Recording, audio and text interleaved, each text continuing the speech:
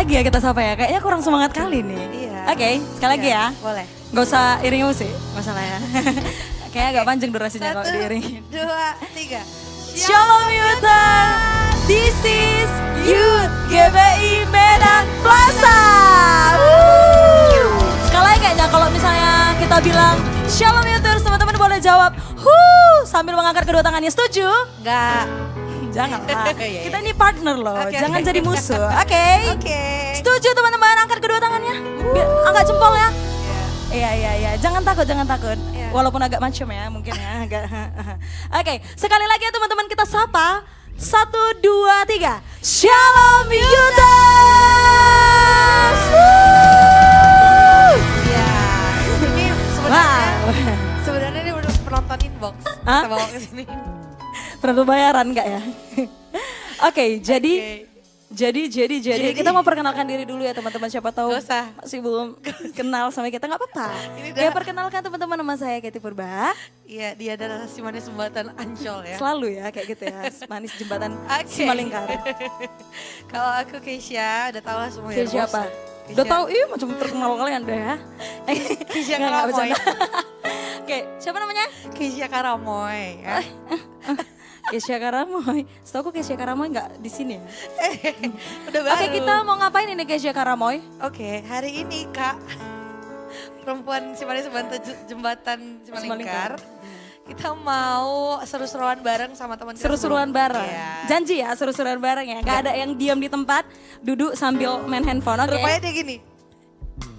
Karena apa? Karena di sebelahnya ada sok ganteng. Iya, jadi dia menjaga image. Jaga image, jangan ya, jaga Oke. image ya. Udah 7 menit, oke. Jadi kita kasih inilah Kak, kita kasih clue ya supaya mereka. Gamesnya dulu lah apa? Iya makanya ini kan kita Oke. kita kasih clue dari bilang. Oke teman-teman, kita akan Oke. ngajak teman-teman main games ya kan. Jadi gamesnya ini itu adalah namanya telepati ya. Games telepati. Iya. Apa itu? You know what I mean right? Nah, Jadi ketika kami bilang ya, kita contohkan. contoh dulu. Kakak bilang aku yang membuat. Oke, Oke. aku yang bilang ya, mencuci.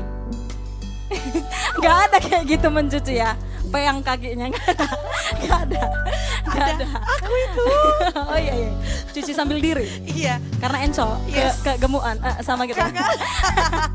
Oke, kayak gitu memang udah main. Iya, contohnya gitu. Yang mengerti angkat tangannya, kasih jempol lagi. Kok Yang angkat ngerti, kaki? Kok dia angkat kakinya Kak? gak ada kayaknya. Angkat tangannya yang ngerti. Sekali Oke. lagi ya kita contohin ya, Oke. mencuci. Oh, jadi kalau misalnya kami bilang mencuci, teman-teman kompak ya, namanya telepati ya. Iya. Kalau telepati itu kita sama-sama kompak. Betul. Tatap Gitu. dulu kanan kirinya Satu kan sama nanti dengan kan, Kak. siapa yang udah nggak pernah? Siapa yang udah pernah denger games ini? Gak ada, semua kami anak Semuanya hutan. udah pasti pernah ya. Ya, kalau misalnya enggak, Ya. di mana? Aku di mana? Oke, Oke, Kak. teman-teman. Oke. Kita undang lah semua tuh langsung aja. Gimana? Perjanjian kita sih tadi Oh, iya. sebelah kanan, tengah sama kiri ya. Nggak ada ya? Tapi kulihat kanan. Cuma abang yang kamera. Kalau nggak abang yang megang kamera kayak mana? Oke. Nggak ada temennya yang bertelepati ria. Yang sebelah kiri lah dulu kali ya. Sebelah kiri dulu ya. Oke. Teman-teman siap? Siap. Siap? Bilang siap dong. Iya, bilang siap dong. Yang di belakang ngerti ya? Udah Oke. ngerti dia. Siapa nih? Oke, Kak bangkit berdiri dulu lah. Oh, bangkit berdiri. Iya Oh dong. iya. Aduh. Teman-teman boleh kita persilakan tuh bangkit berdiri. Iya, teman-teman semuanya. Semuanya aja. Iya.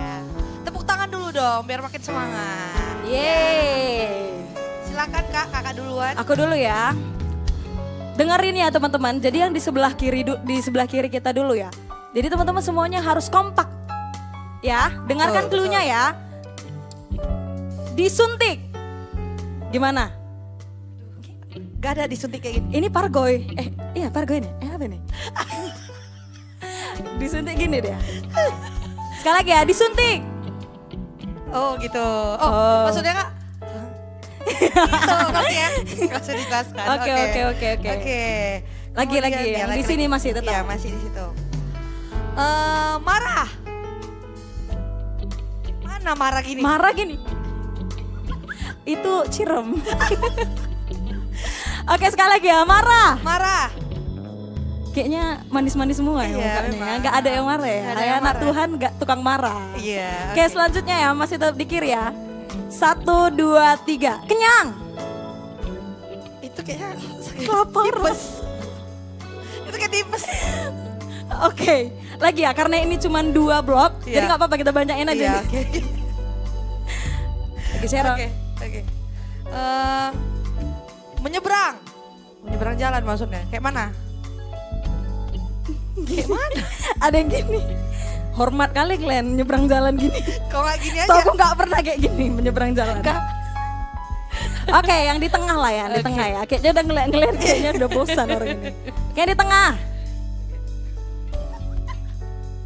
Lapar. Aduh, sakit perut. Bukan menti tok ya ini yang kayak. Bukan gitu ya. Liburan. Kayak mana katanya direpeti aku. Kayak. Mandi. Mandi. Ih cuma kakak baju hijau aja dapat hadiah lah dia nanti nih ya. Nomor HP abang yang mana? Kayak mana mandi? Ini kok kenapa nggak bergerak? Yang lain ya di sini rame tapi di sini paling Iya. suportif ya. Oke sekali lagi ayo. Oke. Berpikir. Oh gitu. Oh, iya, Oh iya, kakak iya. itu berpikir kayak gini. Si Isa gini dia berpikir. Keren kali. Ada lagi Anak sekali lagi main. kak. Nggak sekali lagi kak. Sekali lagi ya. Oke. Kayang. Jangan. Cireni loh hari ini loh. Oke. Nanti kena ini loh. Paham loh. Iya loh. Iya Oke ya? loh. Oke loh. Oke teman-teman boleh silahkan duduk kembali. Kasih dulu tepuk tangan dong yang luar biasa untuk kita berdua. Kita tanya lah dulu nggak orang ini. Seru nggak? Seru nggak? Oh berani? Oh. Seru nggak? Oh, lumayan. Sok seru katanya. Ya udah lah udah capek oh. Oke, selanjutnya ada apa? Ada apa? Ada api. Kita akan menyaksikan pertunjukan kak. Katy. Jangan. Oke. Kayang, mau kayang Anda? Ya enggak lah. Jadi kak, kita lihat hari ini kita temanya agak lain juga memang. Agak lain. Karena apa? Karena memang temanya Agak lain. Nanti teman-teman kita boleh sama-sama mendengarkan Cireni ya. Iya, kami kan- Di-silentkan handphonenya ya. Betul. Kita fokus untuk ibadah ini. Ini ya, kok jadi Ini- kayak mama-mama ya. Kayak mau jualan ya, jualan di Facebook. Biasa guys, mainnya memang di Semalingkar. Jadi Oke. guys, kalau mau tahu nanti ceritanya kenapa kok bisa agak lain ceritanya yang hari ini, kita dengarkan nanti pembicara kita yang luar biasa pada malam hari ini, Cireni. Ya. Ya kan, jadi teman-teman di sini gimana kan tadi kak? Apa yang aku bilang? Apa? Handphonenya di-silentkan ya kan teman-teman. Kalau nanti ada buat video atau story boleh nanti di tag Instagram kita. Bukan kita ya? Enggak, jangan sok ya. Oke, terus teman-teman kalau ada yang sudah menerima amplop dari teman-teman asyir kita pada hari ini tadi di depan itu boleh memasukkan persembahan atau yang sudah dipersiapkan dari rumah nanti akan dikumpulkan di pintu keluar dari gedung ini ya teman-teman ya. Jangan scan QR code yang di depan kita karena QR kita lagi bermasalah jadi kita hanya punya cash aja ya, kita bisa cash doang.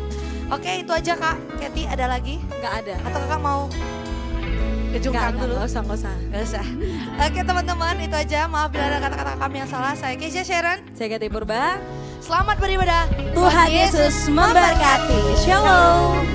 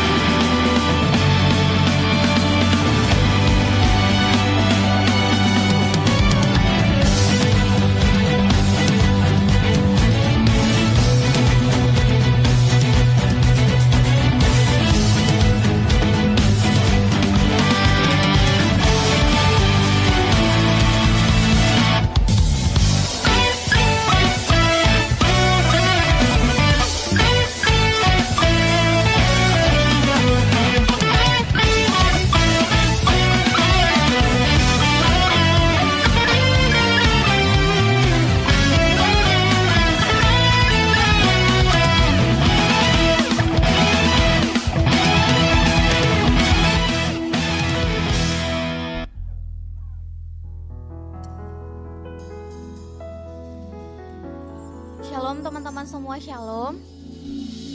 Dengan hati yang bersuka dan rindu akan Tuhan, saya akan mengundang teman-teman semua untuk bangkit berdiri.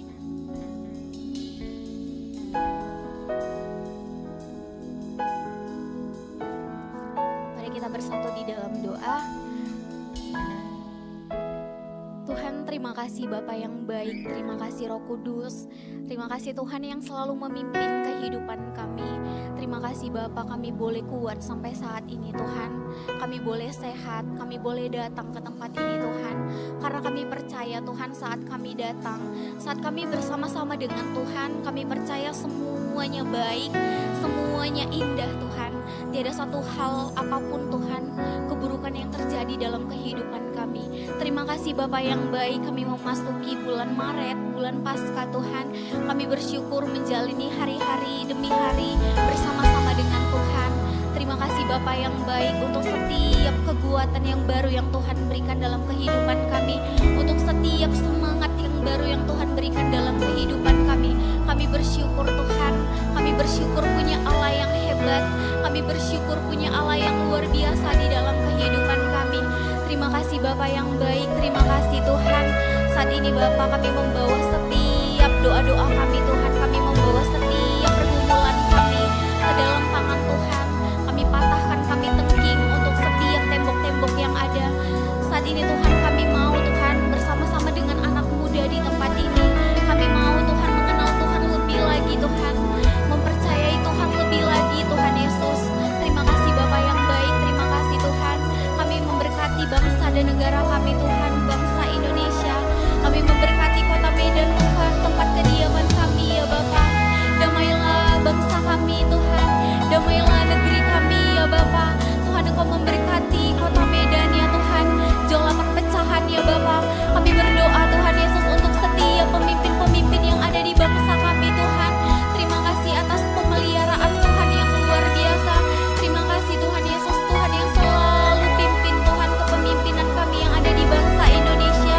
Bapak, kami berdoa untuk Bapak Presiden kami, Bapak Joko Widodo beserta dengan wakilnya, Bapak yang baik. Terima kasih Tuhan, pemeliharaan yang berasal daripada Tuhan, sukacita yang baru yang Tuhan berikan untuk hamba-Mu Tuhan.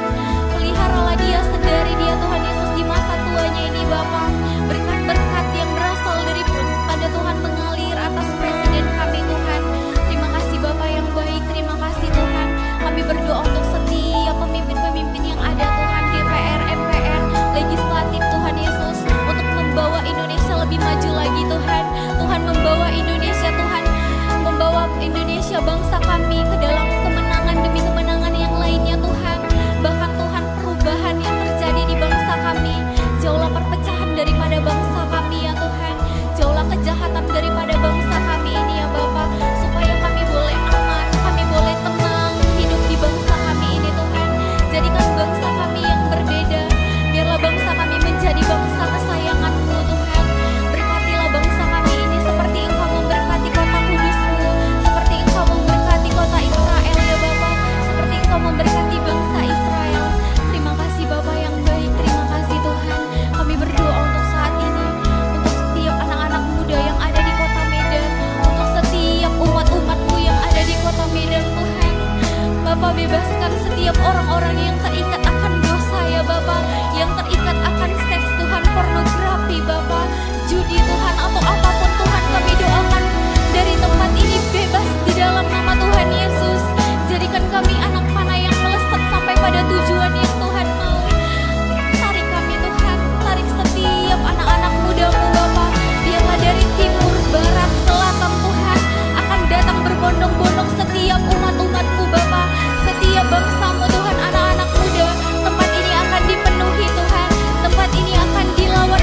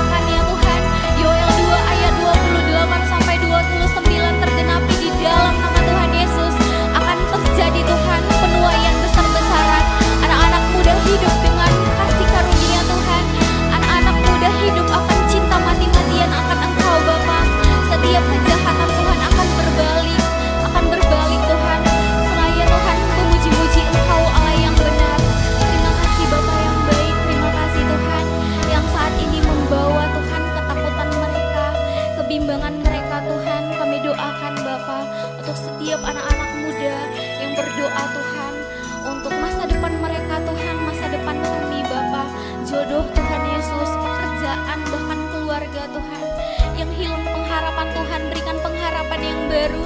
Yang hilang iman Tuhan, Tuhan timbulkan iman yang baru. Terima kasih Bapa yang baik, terima kasih Tuhan. Kami berdoa untuk tema kami Tuhan bulan ini ya Bapa, kebangkitan rohani. Bapa kami percaya Tuhan, roh Tuhan mengalir atas kami ya Bapa. Anak-anak muda di tempat ini Tuhan, Kau bangkitkan roh kami ya Bapa. Kami semakin cinta sama Tuhan. Cinta mula-mula kami mengalir atas diri kami Tuhan, supaya orang-orang boleh melihat Tuhan, supaya kami boleh memancarkan Tuhan Yesus, roh yang berasal daripada Tuhan untuk setiap umat yang kami jumpai. Terima kasih Bapa yang baik, terima kasih Tuhan. Saat ini kami berdoa untuk kepemimpinan rohani kami Bapak yang ada di Jakarta. Tuhan memberkati Bapak Pendeta Dr. Insinyur Riko Natodo Harjo beserta dengan keluarganya Tuhan. Kami berdoa untuk pembina rohani kami yang ada di tempat ini Bapak Bambang Jonan. Kami juga memberkati Tuhan Bapak Gembala Sidang kami Bapak Daniel Edi Prayatno. Kami berdoa ya Tuhan Yesus untuk Departemen Next-Gen Tuhan Cireni dan Cirita. Kami berdoa untuk Departemen Youth Posoan Tuhan. Biarlah Tuhan, Tuhan memberikan pembaruan yang baru untuk setiap pemimpin-pemimpin yang ada Tuhan. Tuhan berikan hikmat yang baru Tuhan. Biarlah semasa tua mereka Tuhan, semasa hidup mereka Tuhan, boleh membawa umat-umat-Mu lebih merasakan kasih karunia-Mu ya Bapa. Terima kasih Bapa yang baik, terima kasih Tuhan. Kami memberkati Tuhan pembicara kami yang telah Tuhan tetapkan pada malam hari ini. Cireni Tuhan Yesus yang baik, berkat-Mu atas hamba-Mu Tuhan, pemeliharaan-Mu atas hamba-Mu ya Bapa. Apapun Tuhan yang hamba-Mu sampaikan boleh mengalir Tuhan untuk diri kami Tuhan, boleh kami dengar, bahkan Tuhan kami boleh melakukan Tuhan kehendaknya Tuhan melalui hamba-Mu. Kami akan mendengar kabar sukacita yang baru Tuhan, kami akan mendapatkan berkat-berkat yang baru, kami akan mendapatkan karunia yang baru, kami akan mendapatkan anugerah yang baru pada malam hari ini. Terima kasih Bapa yang baik, terima kasih Tuhan. Kami berdoa untuk kota kudus-Mu Tuhan. Kami mengangkat tangan kami seraya kami berkata, Shalom Yerusalem, Shalom Yerusalem. Biarlah orang-orang yang mencintai-Mu mendapat sentosa. Biarlah kesejahteraan itu ada di dalam tembok-Mu dan sentosa ada di dalam muri-Mu. Biarlah Tuhan berkat dari kota kudus-Mu mengalir atas diri kami, mengalir atas keluarga kami, mengalir Tuhan atas pekerjaan kami, mengalir atas pendidikan kami Bapa, bahkan mengalir atas pelayanan kami. Terima kasih Bapa yang baik, terima kasih Tuhan.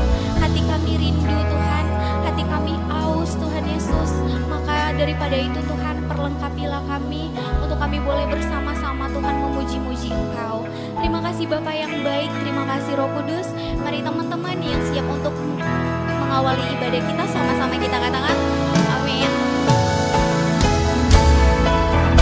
Haleluya, puji Tuhan. Saya mau sapa teman-teman, Shalom Next-Gen, Shalom.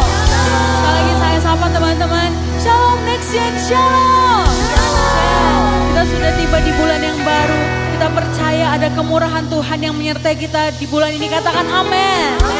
Teman-teman, kita percaya saat Roh Kudus dicurahkan ada kebangkitan untuk Indonesia, untuk kota Medan, untuk generasi kita yang percaya. Katakan yes. Yang siap bersorak bagi Tuhan, berikan tepuk tangan yang terbaik untuk Tuhan Yesus. Lebih lagi bagi Tuhan, sorakan haleluya. Sama-sama tepuk tangan bagi Tuhan kita teman-teman. Kami percaya kami akan menerima kemenangan yang daripada-Mu ya Tuhan. Mari dengan segenap hati bersama-sama katakan bagi Tuhan teman-teman. Kami yang telah ditebus dengan darah yang kudus,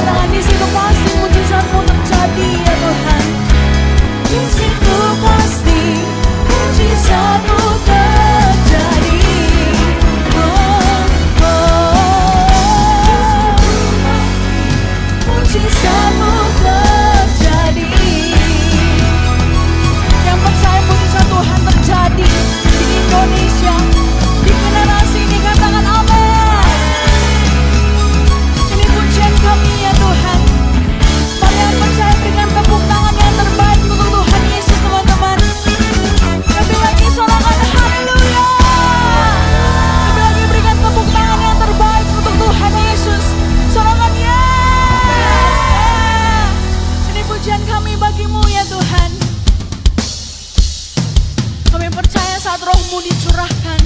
Ada kebangkitan terjadi di negeri ini ya Tuhan Yesus.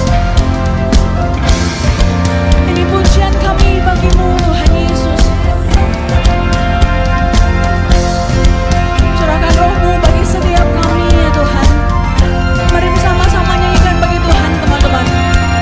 Tuhan curahkan rohmu atas manusia di bumi. Biar anak-anakmu menyampaikan nubuat. Beri mimpi dan penglihatan bagi setiap kami ya Tuhan. Nyatakan isi hatimu. Biar iman kami bangkit. Are you ready next gen? Sama-sama. Karena kebangkitan yang besar, karena ada pemulihan di negeri kami, karena ada kebangkitan yang besar, yang berseru kepada Yesus. Yang percaya Tuhan akan selamatkan kita, sorakan haleluya. Ya Tuhan, come on say. Tuhan curahkan rohmu atas manusia di bumi. Biar anak-anakmu menyampaikan nubuat. Mimpi dan penglihatan. Nyatakan isi hatimu bagi setiap kami ya Tuhan. Biar iman kami bangkit. Surga sama-sama lambaikan Tuhan, tangan bertuh. Ada kebangkitan yang besar, karena ada pemulihan di negeri kami, karena ada kebangkitan yang besar, yang berseru kepada Yesus diselamatkan. Ada kebangkitan, karena ada pemulihan di negeri ini ya Tuhan. Karena ada kebangkitan yang besar, akan diselamatkan ya Tuhan Yesus. Bersama-sama tepuk tangan bagi Tuhan. Karena ada kebangkitan yang besar, karena ada pemulihan di negeri kami, karena ada kebangkitan yang besar, yang berseru kepada Yesus. Pada hati-hati ini bang setiap kami ya Tuhan. Yang besar di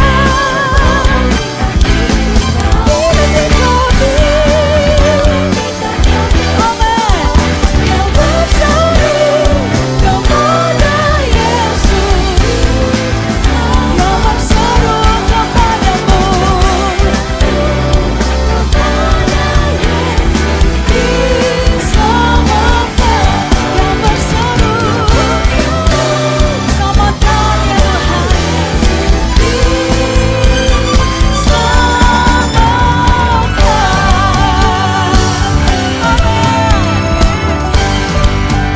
Mari yang percaya berikan tepuk tangan yang terbaik untuk Tuhan Yesus teman-teman. Sorakan ya. Haleluya. Terima kasih ya Tuhan. Semua karena anugerah-Mu dalam hidup kami Tuhan. Cukuplah kasih setia-Mu bagi setiap dalam kelemahan kami, kuasa-Mu sempurna ya Tuhan.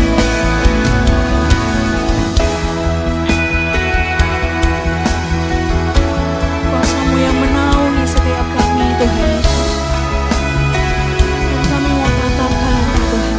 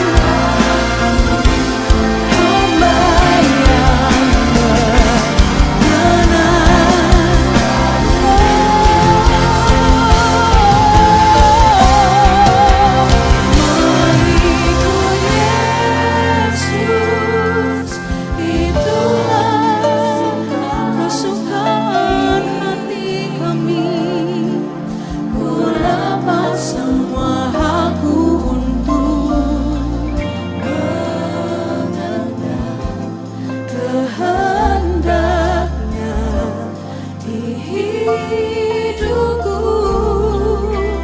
mengiring Yesus, itulah kekuatan hidupku.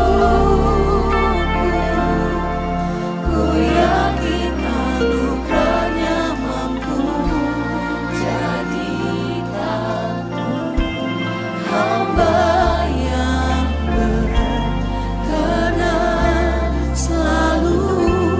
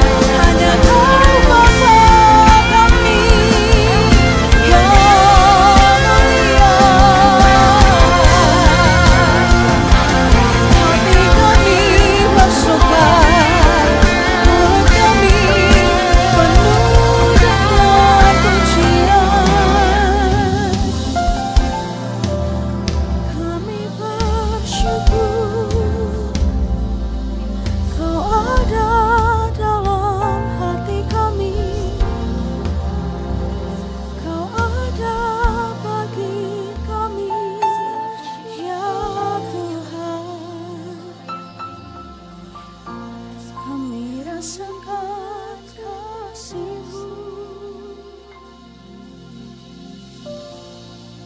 Ini hati kami dengan segenap hati kami ya Tuhan. I feel Jesus, I feel Jesus, I feel Jesus in this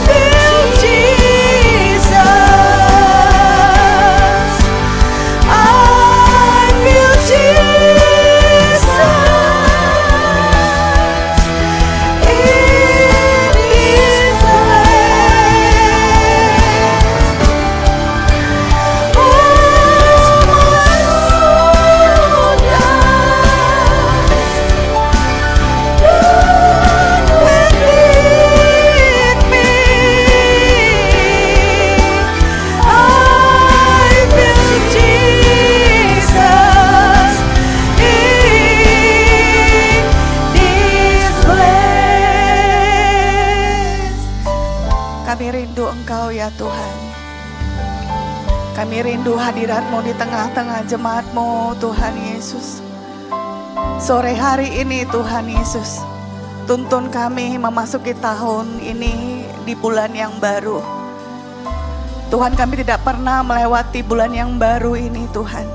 Kami tidak tahu apa yang ada di depan. Tapi kami tahu Tuhan, kalau Engkau menyertai kami, maka langkah kami akan kuat, maka hidup akan indah Tuhan Yesus. Berikan kepada kami iman untuk percaya kepadamu ya Tuhan, dan menyandarkan hidup kami hanya kepadamu saja Tuhan Yesus. Ora takariana lama karua tariana lama karua tariana lama. Ora takariana lama kariana lama kashekariana lama kadu. Oriana lama se arada lama. Iarana lama shekariane. Oh Yesus Tuhan, kami rindu hadirat-Mu. Oh syarata karya nalapa karya nalama karya nalama. Tuhan, biarlah hadirat-Mu menjamah kami di tempat ini, di rumah kami Tuhan Yesus. Oh rata karya nalapa karua taria nalapa karua taria nalapa karua taria nalapa kado. Kiara nalama so, mari rasakan Tuhan. I feel Jesus.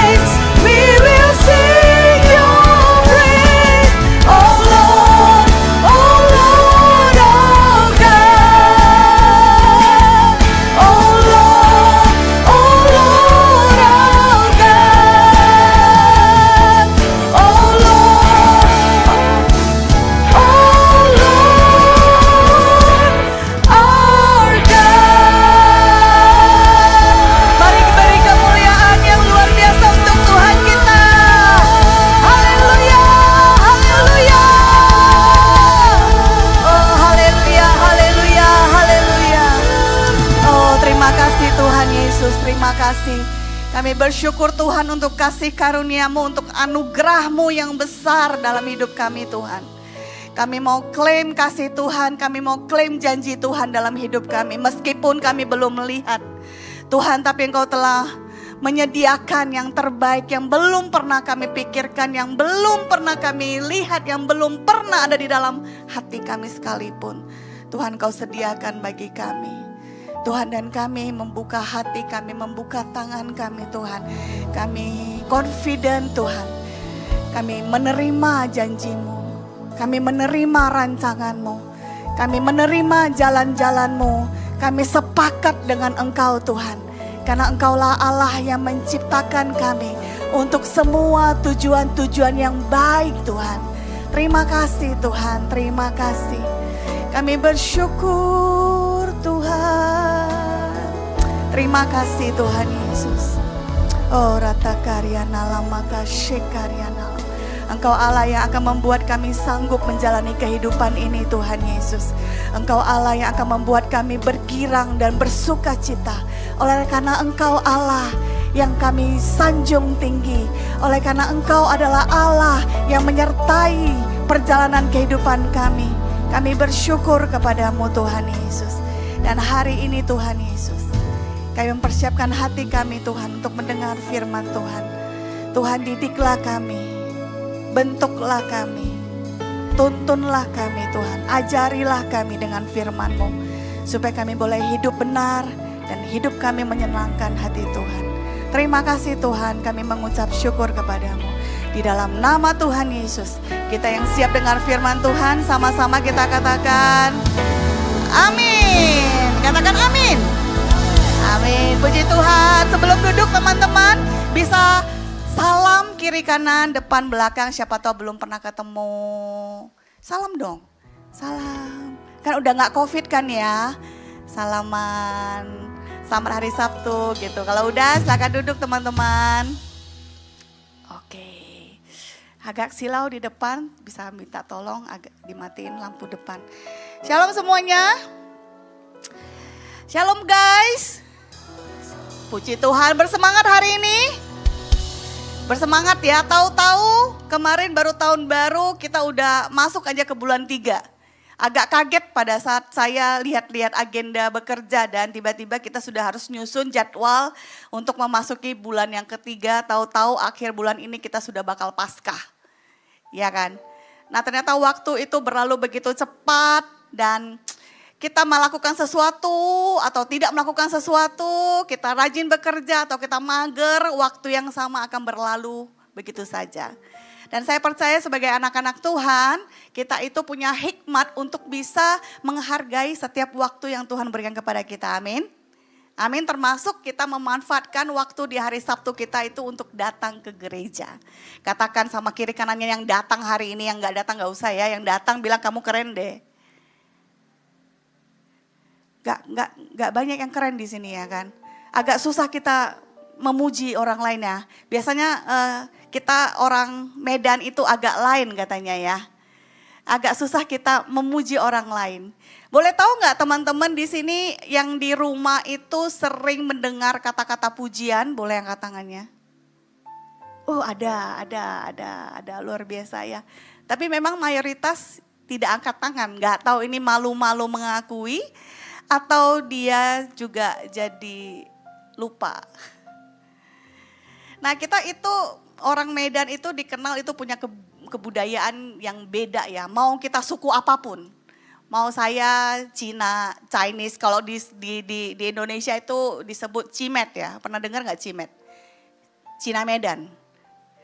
Katanya kalau Cimet itu beda, lain dia, lain ya. Apalagi orang kita Batak ya, dari suku-suku yang lain. Sama aja, yang penting kalau dari Medan, wah agak lain dia. Nah, tapi hari ini kita itu mau berbicara tentang sesuatu yang agak lain, bukan dengan konotasi negatif. Jujur aja ya, kalau kita bilang orang Medan, anak Medan, kalau saya Cina Medan, agak lain, itu konotasinya negatif apa positif? Biasanya negatif, kita dikenal sebagai orang yang kalau ngomong keras-keras suaranya. Terus kurang sabaran, kalau teman-teman saya dari Jakarta atau dari Pulau Jawa atau dari luar negeri datang ke kota Medan, Satu hal yang paling dia notice kebudayaan kita itu adalah lalu lintasnya. Sangat spesial. Saking spesialnya tidak ada yang berani mengendarai kendaraan di kota kita yang tercinta ini. Hanya orang Medan yang bisa bawa mobil di kota Medan, katanya begitu. Kenapa? Karena kita itu mentalnya kuat ya kan. Lihat angkot kiri kanan, lihat motor kiri kanan, jalan aja gitu. Pede. Nah, tapi hari ini kita mau berbicara tentang agak lain yang berbeda. Ya, memang saya tahu hari-hari ini kita tuh sedang viral, ada sebuah film. Itu yang tembus, saya lihat di Instagram itu penontonnya tembus 7 juta ya. Jadi ketua-ketuanya yang ada di dalam itu mau gak mau harus jadi manusia silver di Monas. Ya, tapi kita salut untuk mereka anak-anak Medan, tepuk tangan dong untuk anak-anak Medan. Wow, siapa tahu yang duduk di sini adalah anak Medan yang sukses berikutnya kan. Ada produser film di sini, ada sutradara film di sini, ada pemain film, ada stand up, ada komika-komika di sini, bisa jadi. Nah, tetapi teman-teman, yang membawa kita bisa berhasil di dunia ini ternyata tidak hanya skill. Ya, skill memang bisa membuka sebuah pintu kesempatan bagi kita. Tetapi yang membuat kita bertahan di dalam posisi itu adalah sesuatu yang lain, namanya karakter. Oleh sebab itu yang kita cari di sini, di gereja itu tidak hanya skill. Tapi yang kita cari di gereja itu adalah karakter. Katakan karakter. Karena gereja itu tentu saja selalu berbicara tentang hal-hal yang rohani. Benar ya, kalau kita mau kejar sesuatu yang jasmani tidak usah ke gereja. Benar gak? Di marketplace, di dunia itu menawarkan banyak hal.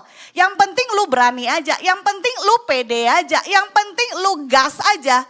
Lu pasti viral, begitu lu viral lu terkenal, ajar gitu kan. Itu kata dunia. Tetapi karena kita ada di dalam sebuah komunitas rohani dan kita percaya bahwasannya keberadaan kita itu tidak kebetulan teman-teman. Kita ada hari ini sebagaimana kita ada sebagai orang Medan yang duduk di salah satu gereja yang paling indah di kota Medan, itu tidak kebetulan. Saya percaya bahwasannya kita semuanya sedang dibentuk Tuhan untuk menjadi sesuatu yang dahsyat yang akan memberkati orang lain, bahkan ruang lingkupnya itu akan menjadi sangat besar. Katakan sangat besar. Sangat besar sampai kita nggak akan pernah bisa membayangkan hal itu. Tetapi kalau kita tidak mengizinkan Tuhan untuk bekerja di dalam kehidupan kita dan kita tetap mau menjadi katak di dalam tempurung, maka kita akan menjadi seperti apa yang kita pikirkan. Salah satu ayat di Alkitab mengatakan, as a man think who he is, so he is. Apapun yang dipikirkan seorang manusia tentang dirinya, maka itulah dia. Kalau kau berpikir kalau kita adalah orang yang tidak bisa, tidak mampu, maka kita tidak bisa dan tidak mampu. Benar kan? Kekuatan pikiran itu seperti itu.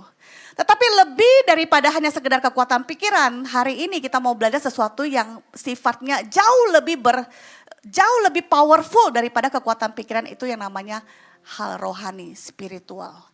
Makanya judul dari tema kita bulan ini adalah Spiritual Awakening. Kebangkitan rohani. Kalau di dunia sekuler kita mengenal yang namanya IQ. Berbicara tentang kepintaran. Berbicara tentang EQ. EQ itu apa? Tentang emosi, kepintaran emosi. Tapi tidak hanya IQ, EQ saja. Diajarkan juga tentang AQ, Adversity Quotient. Itu tentang kemampuan manusia untuk menghadapi tekanan atau masalah. Itu EQ. Tapi ada lagi kepintaran atau kecerdasan yang nomor 4 yang saat ini juga diakui oleh dunia marketplace yang namanya SQ. Bukan penerbangan ya. SQ, Spiritual Quotient. Kecerdasan rohani. Jadi hari-hari ini kita sedang banyak merenungkan tentang kata-kata ini. Rohani atau agamawi. Boleh diulang bersama dengan saya, rohani, agamawi. Bisa diulang teman-teman, 2, 3 ya. Rohani atau agamawi. Bedanya apa? Rohani, orang yang rohani sama orang yang agamawi, kalau dia Kristen, dia akan sama-sama datang ke gereja. Benar kan ya? Orang rohani sama orang agamawi, kalau dia Kristen, dia akan sama-sama baca Alkitab. Orang rohani sama orang agamawi, yang Kristen, dia akan sama-sama menghafalkan ayat firman Tuhan yang sama. Bahkan mungkin melayani di gereja, karena dia Kristen. Kita berbicara tentang ruang lingkup rohani dan agamawinya orang Kristen. Tapi bedanya apa orang-orang rohani dengan orang-orang agamawi ini? Bedanya di karakternya. Amin. Karena dari buahnya lah seseorang akan bisa mengetahui pohonnya. Kita bisa bilang kita ini orang Kristen, tapi bisa aja kelakuan kita tidak menunjukkan kalau kita itu orang Kristen. Dari mana Kak? Dari banyak hal. Dari banyak dalam hal keuangan, dalam hal berpacaran, dalam hal kita etika pelayanan, dalam hal kita makan sekalipun, tidak menunjukkan kita orang Kristen. Jadi ada satu cerita, yaitu saya ingat banget ceritanya karena berkesan sekali. Teman-teman kita kenal satu tokoh dunia berasal dari India namanya Mahatma Gandhi. Pernah kenal ya? Mahatma Gandhi itu adalah salah satu tokoh revolusi yang ada di India. Beliau adalah orang yang kecil, ringkih ya, tapi pintar sekali dan konsisten di dalam perjuangannya membebaskan India di zaman itu. Nah, Mahatma Gandhi itu pernah datang ke Eropa itu untuk belajar. Karena dia adalah seorang yang terpelajar juga. Dan pada saat dia membaca banyak sekali buku, dia tertarik dengan satu buku yang namanya Alkitab, Bible. Karena dia suka dengan ajaran Yesus yang ada di dalam Alkitab. Dia kepengen menjadi bagian dari orang Kristen yang disebut di dalam Alkitab. Jadi dia pergi ke gereja. Pergi ke gereja karena dia di Eropa, dia ke gereja orang kulit putih. Dia pergi ke gereja dan apa yang terjadi pada waktu dia mau masuk ke gereja, orang Kristen yang melayani di situ melihat dia dari atas sampai ke bawah. Kemudian dengan pandangan yang kurang menghargai mengatakan tempat ini bukan untuk kamu. Kenapa? Karena dinilai dari pakaiannya, warna kulitnya, bentuk tubuhnya. Dinilai bahwasannya orang India yang kecil ini tidak layak untuk datang ke gereja. Dan akhirnya Mahatma Gandhi tidak pernah lagi datang ke gereja. Tapi dia pernah menulis sebuah statement, dia katakan seperti ini, I like Christ, I don't like Christians. Saya suka Kristus, saya tidak suka pengikut Kristus. Karena pengikut Kristus banyak yang tidak menggambarkan Kristus itu sendiri. Ironis sekali teman-teman. Nah hari ini kita mau merenungkan tentang yang namanya spiritual awakening. Nah ini saya ngambil judul agak lain. Coba kita buka dari 2 Korintus 3 ayat 6. Ada terjemahan BIMK enggak? Di situ ada tidak? Tidak ada kalau enggak yang biasa aja, yang TB aja. 2 Korintus 3 ayat 6. Kita akan baca ayat ini kan menjadi dasar ya. Oke. Kita baca bareng 2, 3, ya. Ialah membuat kami juga sanggup menjadi pelayan-pelayan dari suatu perjanjian baru yang tidak terdiri dari hukum yang tertulis tetapi dari roh. Sebab hukum yang tertulis mematikan tetapi roh menghidupkan. Saya akan baca dari terjemahan BIMK. BIMK itu adalah bahasa Indonesia masa kini. Jadi teman-teman Alkitab itu saat ini, karena kadang-kadang ditulis dengan bahasa yang ditulis tahun 60-an, sering kita mungkin anak muda tidak terlalu mengerti. Boleh kalau di Alkitab digital, kita cari versi yang lebih memudahkan kita untuk mengerti. Ada firman Allah yang hidup, FAYH atau BIMK. Nah, saya akan baca dari versi BIMK, 2 Korintus 3 ayat 6, ialah yang membuat kami sanggup menjadi pelayan suatu perjanjian yang baru, perjanjian yang bergantung pada roh Allah bukan pada hukum yang tertulis. Sebab yang tertulis itu membawa kematian, sedangkan roh Allah itu memberi hidup. Nah kita akan pelan-pelan masuk di dalam pengertian-pengertiannya ya. Nah, bulan ini kita akan berbicara tentang spiritual awakening, kebangkitan rohani. Kenapa rohani yang perlu dibangkitkan? Karena manusia itu tidak hanya jasmani, teman-teman. Manusia itu terdiri dari 3 unsur, roh, jiwa, dan tubuh. Kadang-kadang kita terlalu memperhatikan apa yang ada di tubuh kita atau apa yang kelihatan atau jasmani sehingga kita menghabiskan banyak sekali waktu untuk menghiasi tubuh jasmani ini yang bakal hilang satu hari nanti. Selama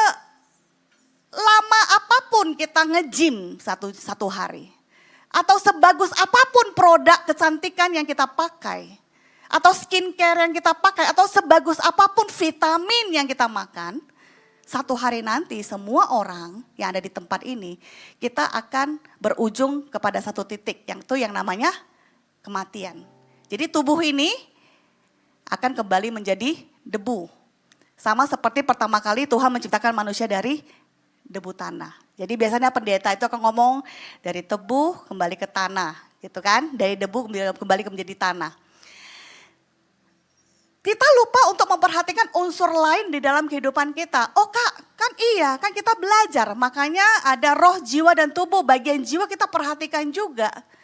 Benar, kita sekolah, S1, S2, S3.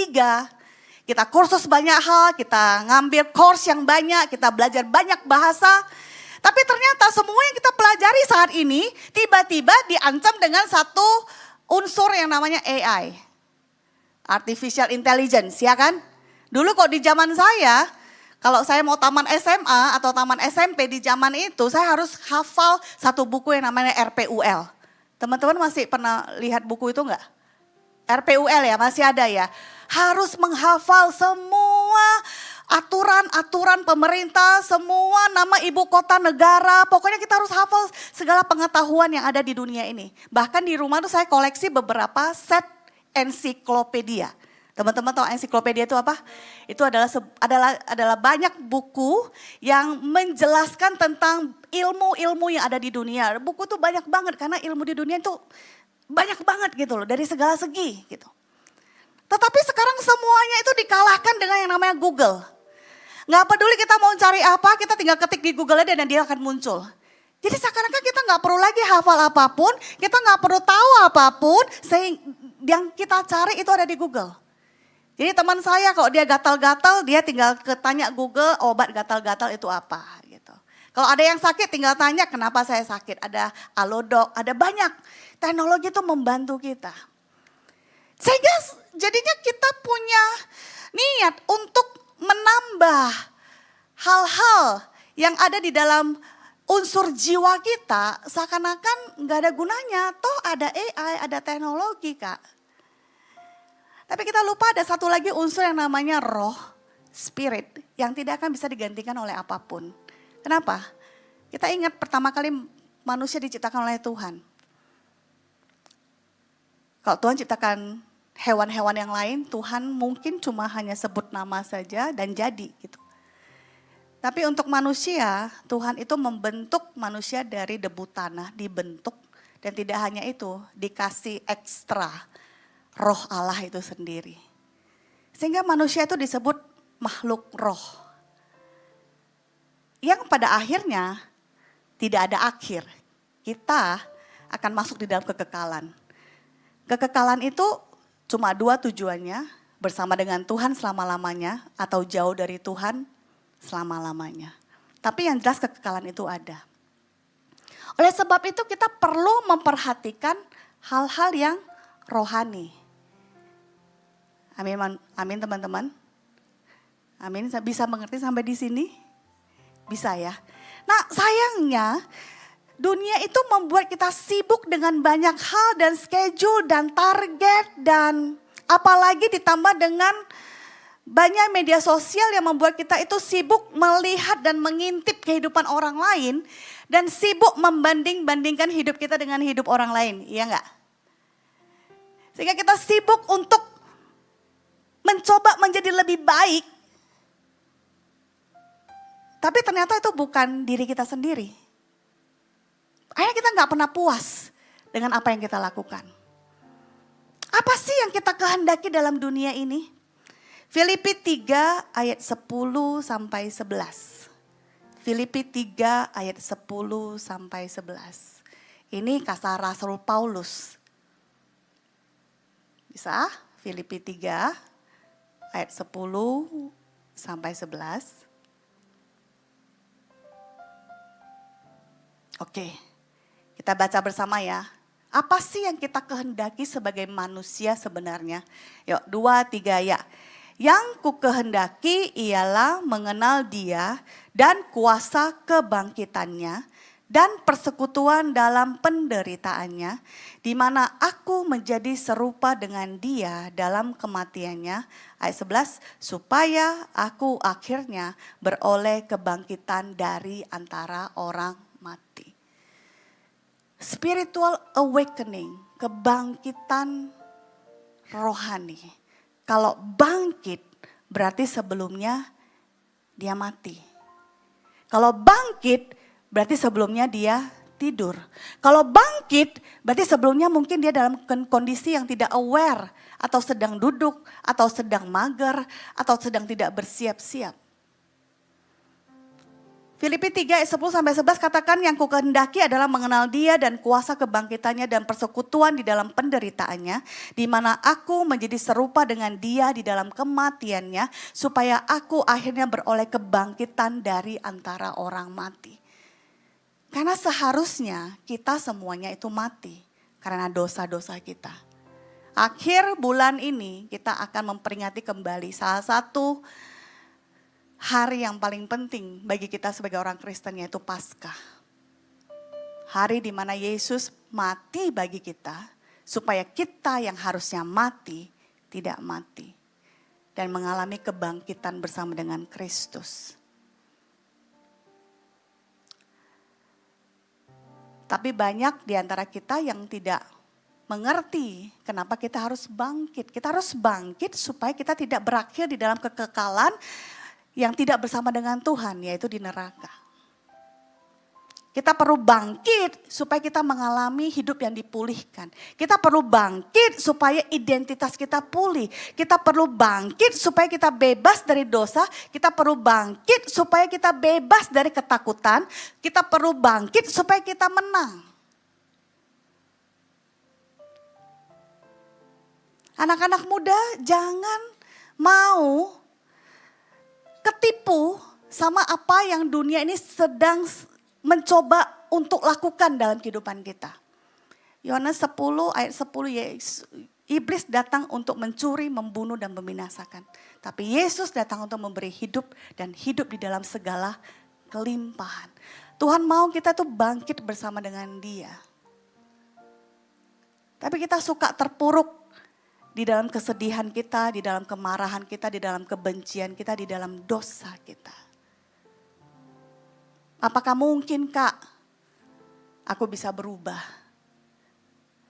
oleh Kristus yang datang ke dunia? Bisa. Saya nggak tahu apa yang sedang kita alami hari-hari ini. Adakah kejadian-kejadian yang tidak mengenakan yang pernah terjadi dalam hidup kita sehingga membuat kita menjadi pribadi yang pahit? Atau membuat kita menjadi pribadi yang tidak berani maju, menjadi pribadi yang jalan di tempat malah cenderung untuk mundur.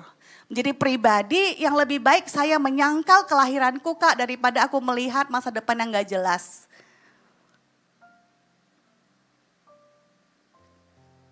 Tapi Yesus bilang aku datang guys. Supaya kamu hidup dan hidup di dalam segala kelimpahan. Tapi kamu harus bangkit.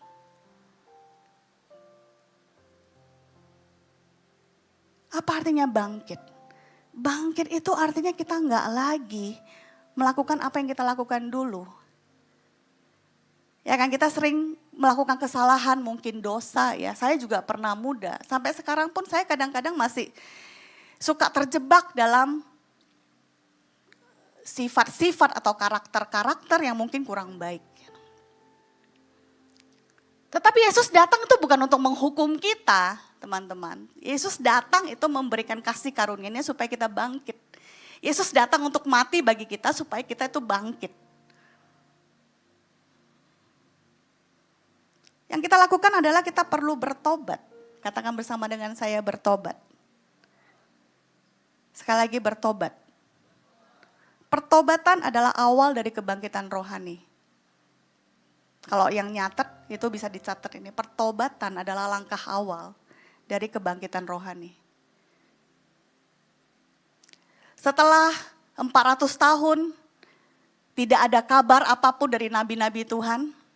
Tiba-tiba di tahun Masehi yang pertama ada kabar tentang kelahiran juru selamat oleh seorang wanita yang belum menikah, namanya Maria. Dia masih perawan. Kemudian beberapa bulan sebelum Yesus lahir seseorang yang namanya Yohanes. Namanya Yohanes Pembaptis, disebut Yohanes Pembaptis. Dia sepupuan dengan Tuhan Yesus. Dan Yohanes Pembaptis itu punya tugas khusus yang diberikan Tuhan kepada dia. Dia datang untuk menyerukan kepada orang-orang Israel di saat itu. Bertobatlah sebab kerajaan sorga sudah dekat. Sehingga di zamannya Yohanes melayani, dia melayani banyak sekali orang untuk dibaptis. Termasuk Yesus juga dibaptis oleh Yohanes. Kenapa? Karena pertobatan itu adalah langkah awal dari kebangkitan rohani. Teman-teman, menyesali kesalahan kita tidak sama dengan bertobat. Kadang-kadang kita sudah suka entah sengaja, entah nggak sengaja kita lakukan sesuatu. Kita tahu itu salah. Kemudian kita datang kepada Tuhan, kita bilang, Tuhan sorry Tuhan. Maafkan, ampuni aku Tuhan, ampuni aku. Tetapi hanya menyesal saja, hanya berkata maaf saja, itu tidak berarti kita sudah bertobat. Pertobatan, kalau kata aslinya metanoia itu artinya berbalik arah. Tidak lagi melangkah ke arah yang sama, kita balik arah. Balik 180 derajat. Bukan balik 360 derajat ya. Balik 360 derajat ya balik lagi ke situ. Balik 180 derajat artinya kita berubah arah dan kita berjalan ke arah yang sebaliknya. Ke arah yang tidak membawa kita kepada kematian. Teman-teman, kita perlu bertobat dari segala perbuatan kita yang jahat. Maksudnya gimana Kak? Pelan-pelan. Saya di sini tuh bukan datang untuk menghakimi anak-anak muda. Sekali lagi saya bilang, saya juga orang berdosa. Tahun 2004 saya dibaptis. Saya sudah datang ke gereja waktu itu sejak tahun 2003. Saya datang itu dengan banyak sekali beban. Tanpa saya sadari ternyata itu adalah dosa yang banyak mengikat kehidupan saya. Tapi saya tidak tahu itu adalah dosa. Saya pikir itu adalah problem-problem biasa yang dialami oleh manusia. Tetapi saya depresi pada saat itu. Saya kehilangan papa saya di tahun 2003. Kemudian karena saya kehilangan papa saya, dunia saya itu runtuh. Kenapa? Karena saya merasa satu-satunya orang yang menyayangi saya di dunia ini cuma papa saya. Tapi kemudian karena saya kuliah jauh, beberapa hari sebelumnya kita masih telepon-teleponan sama papa gitu kan. Saya masih ingetin papa jangan lupa check up ya, gini. Beberapa hari kemudian saya terima kabar bahwasanya papa saya sudah ada di ICU. Dan saya tidak sempat pulang teman-teman. Saya pulang, saya masih ingat itu, saya pulang dijemput sama saudara saya. Saya langsung diantar ke tempat persemayaman yang ada di Jalan Angsapura kalau teman-teman tahu.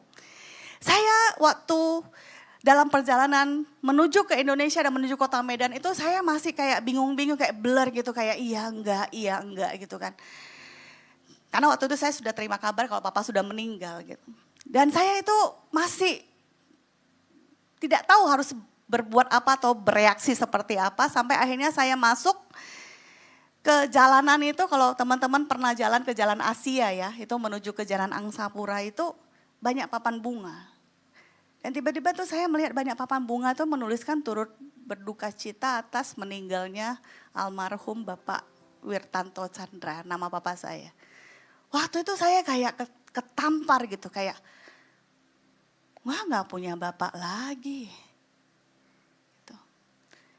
Dan saya melangkah masuk, saya lihat mama saya sudah menangis, adik saya sudah menangis dan saya lihat papa saya itu sudah terbaring kaku di situ. Dan waktu itu kami bukan orang percaya ya.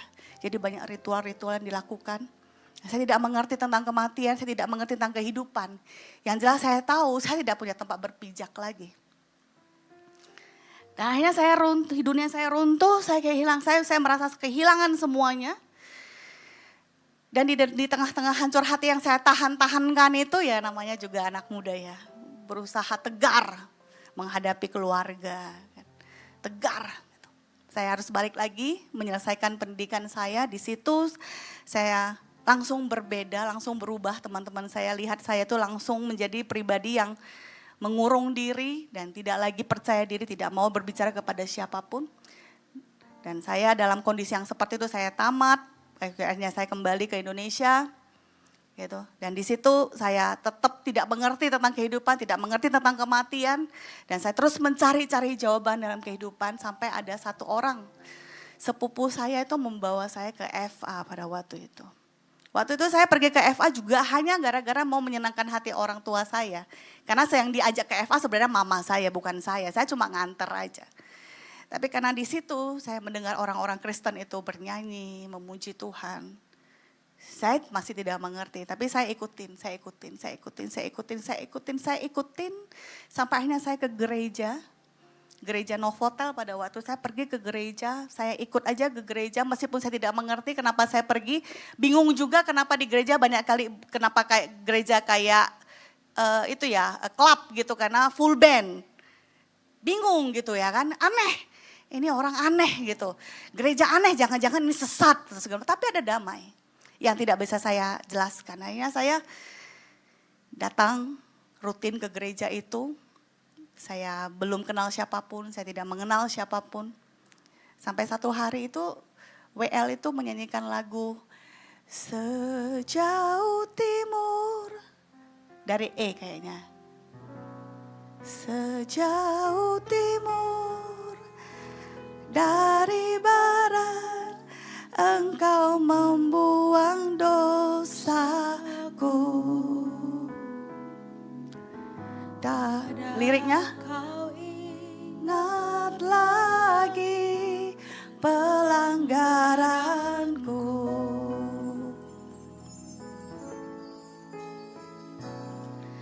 Jauh ke dalam tubir laut, kau melemparkan dosaku. Tiada kau perhitungkan kesalahanku. Betapa besar kasih pengampunanmu Tuhan. Tak kau pandang hina hati yang hancur.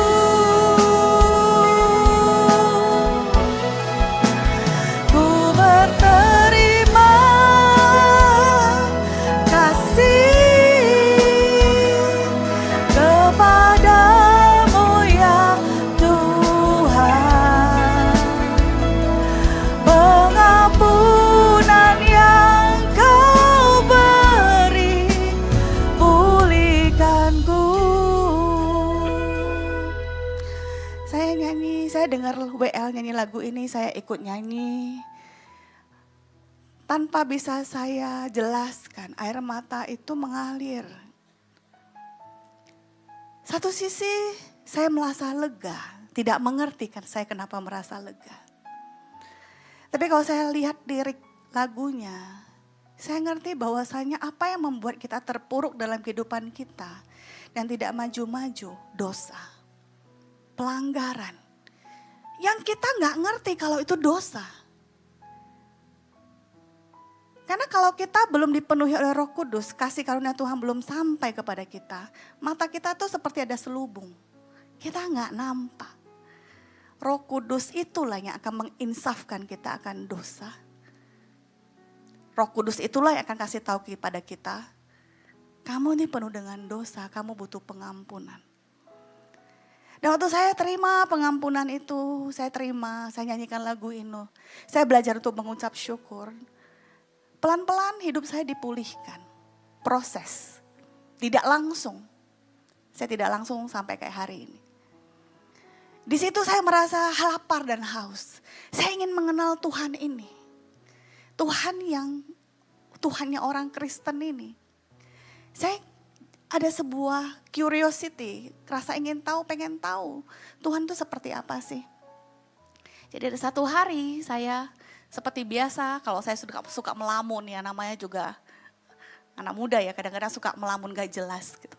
Saya melamun. Saya teringat lagi sama papa saya yang meninggal. Kemudian saya menangis di tangga rumah. Gak ada orang waktu itu. Saya menangis. Mengasihani diri sendiri. Saya gak punya apa-apa lagi. Saya gak punya orang yang bisa saya andalkan lagi. Saya gak punya masa depan lagi. Saya gak tahu harus berbuat apa. Aku gak kuat. Pengen menghilang dari dunia ini. Ngeri ya? Bagaimana dunia ini berusaha untuk menghancurkan kita. Sampai tiba-tiba saya merasa ada sebuah tangan yang memegang bahu saya dan memeluk saya. Saya belum pernah dipeluk seperti itu oleh manusia yang manapun. Tapi di situ saya mengenal Bapa yang di surga yang datang menghampiri anak-anaknya yang membutuhkannya. Saya ingat Tuhan peluk saya dan Tuhan comfort, Tuhan menghibur saya. Dan saya mengalami pertobatan demi pertobatan.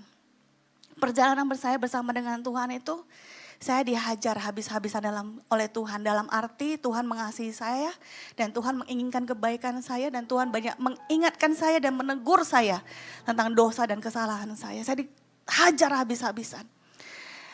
Tapi makin dihajar sama Tuhan, saya masih gak bisa meninggalkan Tuhan. Kenapa? Saya tahu di sini kehidupan itu ada. Saya mulai pergi ke Menara Doa hari Sabtu. Saya cari tahu ya di mana ada Menara Doa. Di Warta waktu itu kan pakai kertas ya kan. Menara Doa setiap hari Sabtu di Medan Plaza, nggak pernah pula saya ke Medan Plaza ya kan. Medan Plaza kan sarang itu ya. Wah banyak, copet lah. Pokoknya banyak lah yang aneh-aneh di situ. Saya nggak berani ke situ. Tetapi karena ada Menara Doa di situ, ada kekuatan dan dorongan dalam hati saya yang bilang, ayo kamu pergi. Dan akhirnya saya pergi. Saya pergi sendiri. Saya masih ingat sendiri. Gak tahu di mana, gak tahu apa. Saya pergi ke situ, naik ke lantai 6, saya pergi.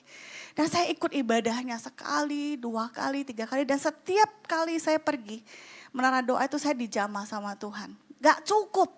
Kepengen lagi, saya cari lagi lihat Menara Doa hari Selasa. Saya ikut lagi. Di dalam Menara Doa itu Tuhan banyak membuat saya bertobat. Tuhan banyak menyingkapkan banyak hal dalam kehidupan saya. Saya belajar mengampuni orang tua saya. Saya belajar menghargai hidup saya sendiri. Saya belajar mengucap syukur, saya belajar memberi. Saya belajar untuk menjaga apa yang saya lihat dengan mata ini. Saya belajar satu persatu dosa saya tinggalkan, salibkan.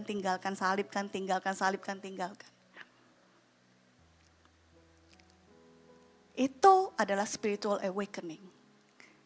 Kebangkitan rohani. Bukan sekedar kita datang ke KKR, kita lihat ada grup musik rohani apa datang, kemudian kita ikut loncat-loncat, datang maju ke depan, nangis. Itu bagus, itu semuanya baik.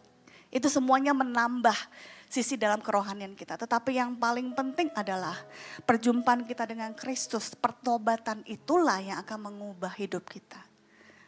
Membuat kerohanian kita itu bangkit dan menjadi kuat. Amin teman-teman. Kerinduan hati saya adalah kita yang duduk di tempat ini anak-anak muda. Kita tidak terlena dengan entertainment di dalam gereja. Kita tidak terlena dengan apa yang disajikan untuk menyenangkan mata dan telinga dan hati kita. Pertanyaan saya adalah, seberapa banyak firman Tuhan itu yang kita dengar itu membuat kita bertobat. Bertobat itu artinya apa? Kita sering berpikir bertobat itu artinya aku ketahuan Kak. Aku malu Kak. Marwahku berkurang Kak. Bukan soal itu. Karena Yesus tidak datang untuk menghukummu. Yesus datang untuk memberi hidup. Dan hidup di dalam segala kelimpahan. Konsekuensi dosa ya ada. Tapi Yesus mau menebus kita dari dosa kita supaya kita bisa hidup. Meskipun kita kadang-kadang masih harus menjalani akibat dari yang kita lakukan. Ada satu orang pribadi namanya Daud. Di Kisah Para Rasul disebut, Tuhan itu menyebut Daud bin Isai, seorang yang berkenan di hadapan Tuhan. Bentar ya, saya cari sebentar ayatnya.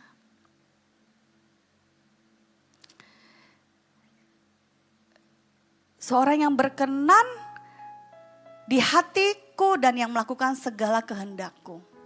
Nama Daud itu masih disebut-sebut sampai kepada zaman perjanjian baru. Padahal Daud adalah seorang raja yang bejat. Kenapa? Karena dia tidur dengan istri dari prajuritnya. Tidak hanya itu teman-teman, kalau kita baca Alkitab, dia sengaja membuat Uria itu ada di garis paling depan supaya bisa dibunuh. Sehingga waktu dia terbunuh, Daud akan tampil sebagai seorang hero, pahlawan, dan mengambil jandanya Uria menjadi istrinya. Sehingga perbuatannya tidak diketahui. Betapa liciknya Daud pada waktu itu. Tapi Tuhan tahu kesalahannya dia dan Tuhan kirim seorang hamba Tuhan, nama dia Nabi Nathan, untuk datang ke istana raja dan untuk menegur raja. Kalau saya jadi Nabi Nathan, saya akan mikir 1000 kali, gila, negur raja, bisa-bisa kepalaku bisa hilang nih. Tapi Daud bin Isai adalah seorang yang berbeda. Kenapa? Begitu dia ditegur, dia langsung bertobat. Dia tidak membela diri, dia tidak cari-cari alasan, dia tidak tuding-tuding orang lain, tapi dia bertobat. Karena dia bertobat, Tuhan senang dengan Daud. Tuhan bilang, Daud bin Isai, seorang yang berkenan kepadaku dan yang melakukan segala kehendakku. Bahasa Inggris itu disebut indah sekali, David, a man after my own heart. Seseorang yang ngikutin detak jantungnya Tuhan. Seberapa dekat Daud itu bersama dengan Tuhan. Tuhan senang dengan Daud. Bahkan Tuhan bilang pada hari-hari terakhir Tuhan akan memulihkan pondok Daud yang telah roboh. Kenapa Daud? Daud orang berdosa. Iya, kita semua orang berdosa. Tapi Daud adalah orang berdosa yang mau bertobat pada saat dia ditegur. Apakah kita mengizinkan firman Tuhan menegur hati kita sehingga kita bertobat dan diubahkan Tuhan menjadi pribadi yang lebih baik? Kalau iya, maka kita mengalami kebangkitan rohani. Amin. Teman-teman, Tuhan mau memulihkan kita. Tuhan mau membuat keadaan kita itu baik. Tapi kita harus kembali kepada Tuhan. Katakan kembali kepada Tuhan. Katakan kembali kepada Tuhan. Ayat terakhir 2 Tawarikh 7 ayat 14. 2 Tawarikh 7 ayat 14. Kita akan baca ya, 2, 3 ya. Dan umatku yang atasnya namaku disebut merendahkan diri, berdoa, mencari wajahku, lalu berbalik dari jalan-jalannya yang jahat, maka aku akan mendengar dari sorga dan mengampuni dosa mereka serta memulihkan negeri mereka. Pemulihan itu pasti terjadi, tapi kita harus berbalik dari segala jalan-jalan kita yang jahat. Amin. Ini waktunya kita nggak petantang-petenteng jadi orang-orang agamawi yang rajin ke gereja tapi kelakuannya jauh dari Tuhan. Mari kita menjadi anak-anak Medan yang agak-agak lain. Kerohanian kita dibentuk oleh firman Tuhan itu sendiri. Saya berdoa supaya Tuhan melembutkan hati kita sehingga pada saat kita ditegur oleh apapun firman Tuhan, leader, teman-teman, ditegur oleh quotes di Instagram. Saya punya beberapa teman yang sering mengingatkan saya kalau saya melakukan kesalahan. Dan saya bersyukur punya teman-teman yang to the point seperti itu. Kalau enggak saya bablas. Bukankah itu sebabnya kita ada di dalam komunitas rohani supaya kita saling mengingatkan, bukan saling ngambek. Bukan saling tersinggung. Tersinggung itu baik. Berarti ada yang salah. Amin. Dan saya berdoa biar bulan ini menjadi bulan di mana kita semuanya mengalami kebangkitan rohani bersama dengan Tuhan. Mari saya ajak semuanya kita bangkit berdiri. Kita mau menyanyikan lagu yang tadi lagi, sekali lagi dari awal. Sejauh timur dari barat. Sejauh timur